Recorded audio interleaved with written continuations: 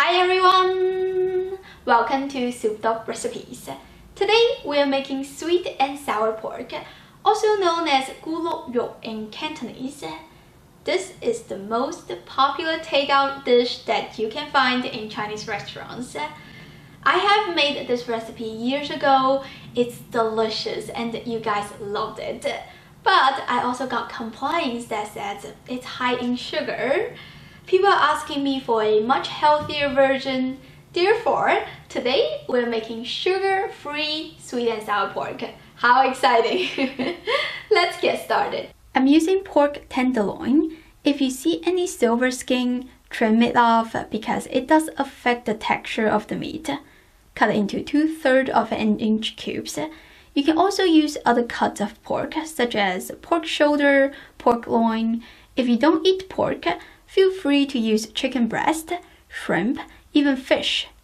One thing that upsets me is that when I buy meat from the supermarkets in the USA, it is always pre-frozen. You can tell by all that liquid at the bottom of the bowl. What I will do is to use a paper towel to soak that up, otherwise it will dilute the seasonings. Marinate it with 2 cloves of garlic that I finely minced, 1 teaspoon of ginger, finely minced as well, 1 tablespoon of soy sauce, ½ teaspoon of salt, 1½ tablespoon of cornstarch, 1 egg white, some freshly ground black pepper to taste. Get your hands in there, mix it until everything is well combined. Cover it and let it sit for 20 minutes. In a mixing bowl, combine ½ cup of cornstarch and 1/3 cup of all-purpose flour. Keep adding 2 teaspoons of baking powder, ½ teaspoon of salt, 1 teaspoon of 5 spice powder. This is what I'm using. It adds some complexity to the mixture. I will put the Amazon link in the description. If you cannot find this ingredient, you can use curry powder or a mix of a few types of ground spices. Stir them until well combined. Here is another tip.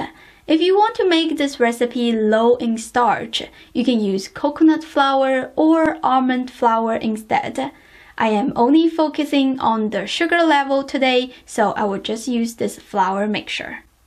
Sprinkle a layer of flour to cover the bottom of the bowl. Add the pork piece by piece. Don't crowd the bowl. Sprinkle another layer of flour to cover the meat, then shake the bowl. This is a fast way to coat the meat. Shake off the excess flour and place them on a tray. Continue working on the next batch of meat. Keep your dry hand dry and wet hand wet, so it will be less messy. Also, make sure you let them chill for 20 minutes or until the surface becomes moist, like this one. Otherwise, the dry starch will fall off during the deep frying, which will ruin the quality of the oil. While waiting, we can gather all the sauce ingredients into a small pot. 1½ tablespoon of tomato paste, 1½ tablespoon of cornstarch, 1/4 cup of no sugar added ketchup. You can buy this in Walmart or Target, 1 teaspoon of salt, and 5 to 6 tablespoons of monk fruit sweetener with erythritol. This is what I'm using. They made it 1:1 ratio, very convenient. Again, you can get this easily in Walmart, Target, and Publix. This pack here is about $4.50, a little pricey compared to regular sugar, but that is what you have to pay for a healthier option. Of course, there are tons of other sweeteners on the market. I will not talk about them that much today. If you're interested in those products, leave a comment below and I will consider making a video to talk about the difference. FYI, the cornstarch should be added the last because right now the ketchup is wrapping the starch and creating lots of lumps, which took me a while to stir. Anyway, keep adding 3 tablespoons of white vinegar and 1/3 cup of water. I switched to a whisk to continue stirring until I got rid of those starch lumps. In order to get some nice citrusy and fruity flavor, I peeled some orange skin. Make sure you don't get the white part or else it brings a bitter taste. 5 to 6 finger-sized pieces. Do not dice them or else it will be annoying to eat. Let it soak in there while you are deep frying the pork. Now you can start heating the oil. I'm using my favorite Hammered Mark carbon steel wok. I'm selling this product now. Just a little extra information. If you already purchased my wok, you should definitely use it to make this recipe because deep frying is a great chance to improve the slickness and reinforce the seasoning of the wok. If you don't have a wok yet, consider buying one. It is the must-have cookware in Chinese cuisine. I'll put the link in the description. Go check it out. Okay, we're gonna heat the oil to 350 degrees Fahrenheit. Add the pork piece by piece. Deep frying looks dangerous and a lot of people are scared of hot oil. Actually, the safe way to do this is to get the meat close to the oil surface and then drop it in. Do not throw them into the hot oil from far away or else it will cause splashing. You probably need to fry this in 2 or 3 batches and don't crowd the wok. Gently stir them so they don't stick together. Check the temperature once or twice just to make sure you are still monitoring the heat at the right temperature. Let it fry for a couple minutes and take them out. The color hasn't turned golden brown yet. It is a light yellow. Don't worry about that because we will let this sit for 10 minutes and double fry it. This time, raise the temperature to 400 degrees Fahrenheit. Add all the pork in and we just need a minute or 2 to get a nice golden color. Take them out. Use paper towel to absorb the excess grease. Now we can cook the sauce. Place the sauce pot on top of low heat. We need to stir this continually for 4 to 5 minutes.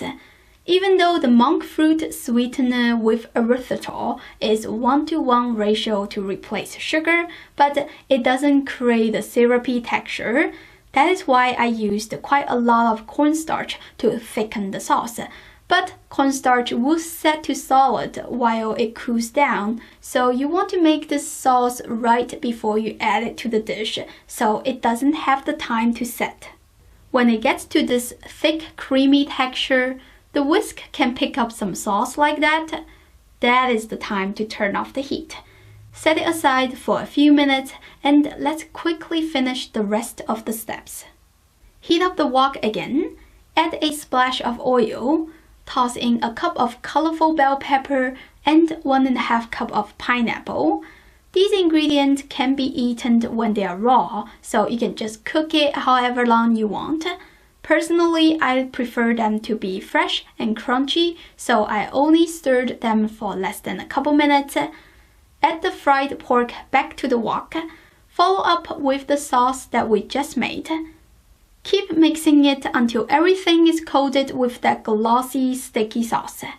Give it a final taste to see if you need to adjust the flavor. Mine was perfect. Take them out and you are done. If you serve this fast, you might be able to enjoy the crunchiness. If you let it sit for a while, the sauce will start getting into the pork, which is better in flavor, but you do lose the crispiness. The taste is amazing. It has the perfect balance between the sweetness and sourness. The orange peel we add provides a nice citrusy scent, which goes great with pineapple. It made this dish refreshing and tropical. Most importantly, I don't feel guilty eating it because there is no sugar.